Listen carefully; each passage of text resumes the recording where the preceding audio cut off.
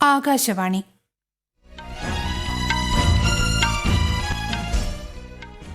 നമസ്കാരം. വാർത്തകൾ വായിക്കുന്നത് ഗീതു പ്രകാശ്.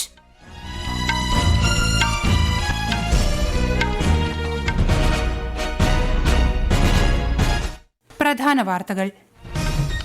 രാജ്യസഭാ സമ്മേളനത്തിന് ഇന്ന് തുടക്കമാകും. രാഷ്ട്രപതി ദ്രൗപദി മുർമു പാർലമെന്റിന്റെ സംയുക്ത സമ്മേളനത്തെ ഇന്ന് അഭിസംബോധന ചെയ്യും. രാജ്യത്തെ സ്പെക്ട്രം ലേലം വിജയകരമായി സമാപിച്ചു. എല്ലാ നടപടിയും സുതാര്യമെന്ന് കേന്ദ്രമന്ത്രി ജ്യോതിരാദിത്യ സിന്ധ്യ. നീറ്റ് ക്രമക്കേട് അന്വേഷിക്കുന്ന CBI സംഘം ഝാർഖണ്ഡിൽ ഹസാരിബാഗിലെ സ്കൂൾ പ്രിൻസിപ്പലിനെ ചോദ്യം ചെയ്തു. കേരളത്തിൽ കനത്ത മഴ തുടരുന്നു. വയനാടും കണ്ണൂരും ഓറഞ്ച് ജാഗ്രത. 7 ജില്ലകളിൽ മഞ്ഞ ജാഗ്രത. 6 ജില്ലകളിൽ വിദ്യാഭ്യാസ സ്ഥാപനങ്ങൾക്ക് ഇന്ന് അവധി. കേരളം, ലക്ഷദ്വീപ്, കർണാടക തീരങ്ങളിൽ മീൻപിടുത്തത്തിന് വിലക്ക്. 2020 പുരുഷ ലോകകപ്പ് ക്രിക്കറ്റ് സെമി ഫൈനലിൽ ഇന്ത്യ ഇന്ന് ഇംഗ്ലണ്ടിനെ നേരിടും. രാജ്യാന്തര ബഹിരാകാശ നിലയത്തിലേക്ക് പോയ ഇന്ത്യൻ വംശജയായ ബഹിരാകാശ യാത്രിക സുനിത വില്യംസിന്റെ മടക്കയാത്ര വീണ്ടും മാറ്റിവെച്ചു. വാർത്തകൾ വിശദമായി. രാജ്യസഭാ സമ്മേളനത്തിന് ഇന്ന് തുടക്കമാകും. രാഷ്ട്രപതി ദ്രൗപദി മുർമു പാർലമെന്റിന്റെ ഇരുസഭകളുടെയും സംയുക്ത സമ്മേളനത്തെ ഇന്ന് അഭിസംബോധന ചെയ്യും. വിശദാംശങ്ങളിലേക്ക്. 18ാം ലോക്സഭയുടെ സ്പീക്കറായി BJPയുടെ മുതിർന്ന നേതാവ് ഓം ബിർളയെ തിരഞ്ഞെടുത്തു. ഇന്നലെ നടന്ന തിരഞ്ഞെടുപ്പിൽ ഓം ബിർളയെ സ്പീക്കറാക്കാനുള്ള പ്രമേയം ശബ്ദവോട്ടോടെയാണ് സഭ അംഗീകരിച്ചത്. പ്രധാനമന്ത്രി നരേന്ദ്രമോദി, പാർലമെന്ററി കാര്യമന്ത്രി കിരൺ റിജിജു എന്നിവർ ചേർന്ന് സ്പീക്കറെ ഇരിപ്പിടത്തിലേക്ക് ആനയിച്ചു. അടുത്ത 5 വർഷം ലോക്സഭയെ നയിക്കുന്നതിൽ അദ്ദേഹത്തിന്റെ പരിചയസമ്പത്ത് ഏറെ ഗുണം ചെയ്യുമെന്ന് പ്രധാനമന്ത്രി പറഞ്ഞു. സ്പീക്കർ എന്ന നിലയിലുള്ള പ്രവർത്തനങ്ങളിൽ പ്രതിപക്ഷത്തിന്റെ എല്ലാ പിന്തുണയും ഉണ്ടാകുമെന്ന് ശ്രീ രാഹുൽ ഗാന്ധി പറഞ്ഞു. തന്നിൽ വിശ്വാസമർപ്പിച്ചതിന് എല്ലാ അംഗങ്ങൾക്കും ഓം ബിർള നന്ദി അറിയിച്ചു. News desk, Akashvani.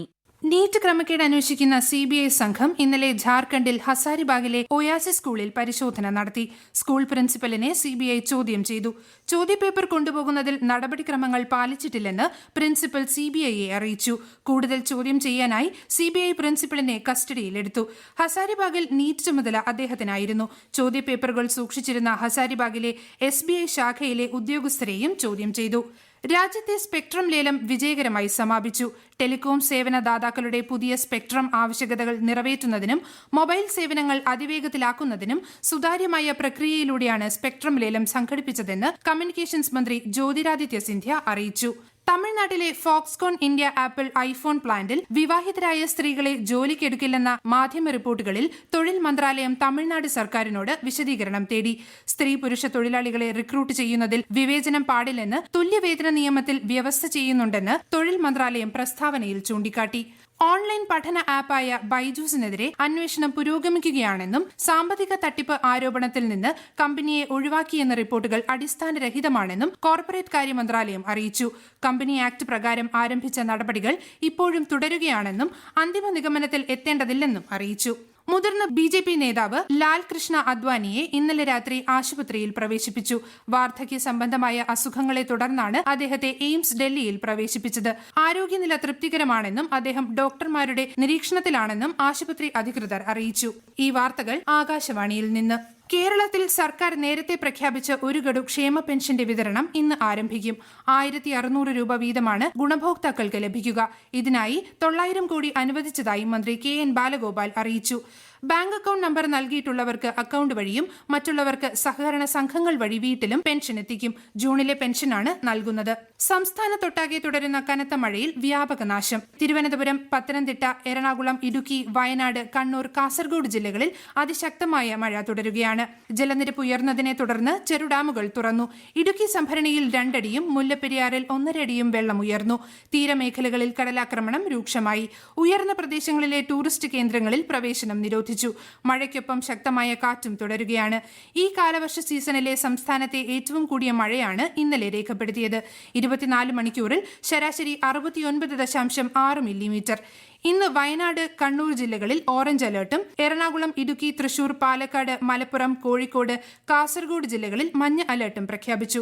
കണ്ണൂർ, കാസർഗോഡ് ജില്ലകളിൽ തീരദേശത്ത് പ്രത്യേക ജാഗ്രത പുലർത്തണമെന്ന് സമുദ്രസ്ഥിതി പഠന ഗവേഷണ കേന്ദ്രം അറിയിച്ചു. കേരള തീരത്ത് ഇന്ന് കള്ളക്കടൽ പ്രതിഭാസത്തിനും സാധ്യതയുണ്ട്. കേരളം, ലക്ഷദ്വീപ്, കർണാടക തീരങ്ങളിൽ മത്സ്യബന്ധനത്തിന് വിലക്ക് ഏർപ്പെടുത്തിയിട്ടുണ്ട്. പത്തനംതിട്ട ജില്ലയിൽ മലയോര മേഖലകളടക്കം കനത്ത മഴയിൽ വൻ നാശനഷ്ടം. തിരുവല്ലയിൽ ദുരിതാശ്വാസ ക്യാമ്പ് തുറന്നു. കൂടുതൽ വിവരങ്ങളുമായി പത്തനംതിട്ടയിൽ നിന്നും ശ്രീജി എസ്. ശ്രീധർ ചേരുന്നു.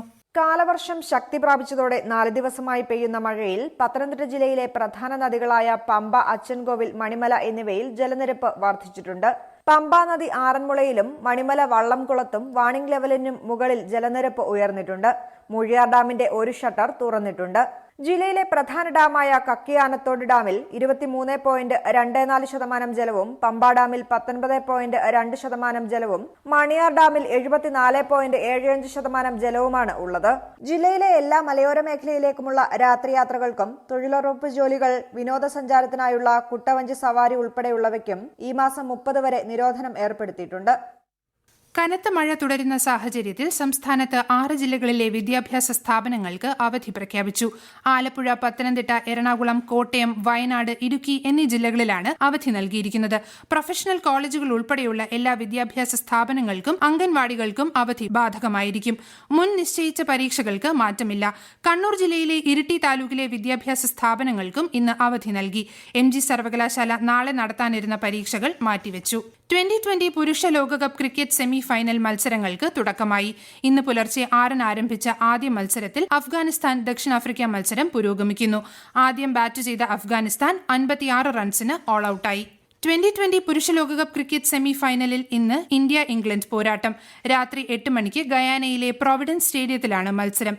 കൂടുതൽ വിവരങ്ങളുമായി ആകാശവാണി പ്രതിനിധി സുരേഷ് ബാബു. 2020 ലോകകപ്പിന്റെ സെമിയിൽ വീണ്ടും ഇന്ത്യയും ഇംഗ്ലണ്ടും നേർക്കുനേർ വരികയാണ്. 2022 അഡ്ലൈഡ് ഓവലിൽ ഇംഗ്ലണ്ടിൽ നിന്നും ഏറ്റ 10 വിക്കറ്റിന്റെ പരാജയഭാരത്തെ അതിജീവിക്കാൻ ഇന്ത്യക്ക് ഇന്ന് ജയിച്ചേ മതിയാകൂ. രോഹിത് ശർമ്മയ്ക്കും കൂട്ടർക്കും ഇത് മധുരമായ പ്രതികാരത്തിനുള്ള സുവർണ അവസരം കൂടിയാണ്. കരുത്തരായ ഓസ്ട്രേലിയ അടക്കമുള്ള എല്ലാവരുമായും കളിച്ച മത്സരങ്ങൾ എല്ലാം ജയിച്ചാണ് ഇന്ത്യ സെമിയിലെത്തിയതെങ്കിൽ ഇംഗ്ലണ്ടാകട്ടെ കളിക്കനുസരിച്ച് ഫോമിലേക്ക് ഉയരുന്ന കാഴ്ചയാണുള്ളത്. ഗയാനയിൽ മഴ വില്ലനാകാൻ സാധ്യത പ്രവചിക്കുന്നുണ്ടെങ്കിലും മത്സരത്തിന് റിസർവ് ദിനം അനുവദിച്ചിട്ടില്ല. പകരം 250 മിനിറ്റിന്റെ അധിക സമയമാണ് നൽകിയിട്ടുള്ളത്. മഴ മത്സരത്തെ തടസ്സപ്പെടുന്ന പക്ഷം സൂപ്പർ 8ലെ മികവ് പരിഗണിച്ച് ഇന്ത്യയായിരിക്കും കലാശ പോരാട്ടത്തിന് അർഹത നേടുക. പാരീസ് ഒളിമ്പിക്സിനുള്ള 16-അംഗ ഇന്ത്യൻ പുരുഷ ഹോക്കി ടീമിനെ പ്രഖ്യാപിച്ചു. ഹർമൻപ്രീത് സിംഗ് ടീമിനെ നയിക്കും. മലയാളി താരം ശ്രീജേഷാണ് ഗോൾ കീപ്പർ. രാജ്യാന്തര ബഹിരാകാശ നിലയത്തിലേക്ക് പോയ ഇന്ത്യൻ വംശജയായ ബഹിരാകാശ യാത്രിക സുനിത വില്യംസിന്റെ മടക്കയാത്ര അനിശ്ചിതത്വത്തിലായി. ബഹിരാകാശ നിലയത്തിലേക്ക് പോയ പേടകത്തിന് കേടുപറ്റിയതിനാലാണിത്. ഈ മാസം 5-നാണ് സുനിത വില്യംസും സഹയാത്രികൻ ബച്ച് വിൽമോറും ബഹിരാകാശ നിലയത്തിലേക്ക് പുറപ്പെട്ടത്. ബൊളീവിയയിൽ ഭരണം അട്ടിമറിക്കാനുള്ള സൈന്യത്തിലെ ഒരു വിഭാഗത്തിന്റെ ശ്രമം പാളി. ലാപാസിലെ പ്രസിഡന്റിന്റെ ഔദ്യോഗിക വസതിക്ക് മുൻപിൽ നിന്നും ബൊളീവിയൻ സായുധ സേനയുടെ വാഹനങ്ങൾ പിൻവാങ്ങി. പരാജയപ്പെട്ട അട്ടിമറി ശ്രമത്തിന് നേതൃത്വം നൽകിയ വിമത സൈനിക കമാൻഡർ ജനറൽ ജുവാൻ ജോസ് സുനിഗയെ ബൊളീവിയൻ പോലീസ് അറസ്റ്റ് ചെയ്തു. അമർനാഥ് തീർത്ഥാടനത്തിനുള്ള മുന്നൊരുക്കങ്ങൾ ജമ്മുകശ്മീർ ലഫ്റ്റനന്റ് ഗവർണർ മനോജ് സിൻഹ വിലയിരുത്തി. കശ്മീർ താഴ്വരയിലെ ചന്ദൻവാരി ബേസ് ക്യാമ്പ് അദ്ദേഹം സന്ദർശിച്ചു. ശനിയാഴ്ചയാണ് അമർനാഥ് യാത്ര ആരംഭിക്കുന്നത്. സ്ഥാനമൊഴിയുന്ന ഡച്ച് പ്രധാനമന്ത്രി മാർക്ക് റൂട്ടെയെ നാറ്റോ സഖ്യത്തിന്റെ അടുത്ത സെക്രട്ടറി ജനറലായി നിയമിച്ചു. ഒക്ടോബർ 1-ന് റൂട്ടെ ചുമതലയേൽക്കും. അന്താരാഷ്ട്ര സൌരോർജ്ജ സഖ്യത്തിൽ അംഗമാകുന്ന 100ാമത്തെ രാജ്യമായി Paraguay. Paraguay ambassador Fleming Raul ഡുവാട്ടെ വിദേശകാര്യ മന്ത്രാലയം ജോയിന്റ് സെക്രട്ടറി അഭിഷേക് സിംഗും ഇന്നലെ ന്യൂഡൽഹിയിൽ കൂടിക്കാഴ്ച നടത്തി. ഇതിനുശേഷമാണ് അന്താരാഷ്ട്ര സൌരോർജ്ജ സഖ്യത്തിൽ പാരാഗ്വേ അംഗത്വം സ്വീകരിച്ചതെന്ന് വിദേശകാര്യ മന്ത്രാലയം അറിയിച്ചു. ക്യാമ്പസിലെ ഡ്രസ് കോഡ് സംബന്ധിച്ച മാർഗനിർദ്ദേശങ്ങൾക്കെതിരെ മുംബൈയിലെ കോളേജ് വിദ്യാർത്ഥികൾ സമർപ്പിച്ച ഹർജി ബോംബെ ഹൈക്കോടതി തള്ളി. കോളേജിന്റെ തീരുമാനത്തിൽ ഇടപെടാനാകില്ലെന്ന് കോടതി വ്യക്തമാക്കി. പ്രധാന വാർത്തകൾ വീണ്ടും.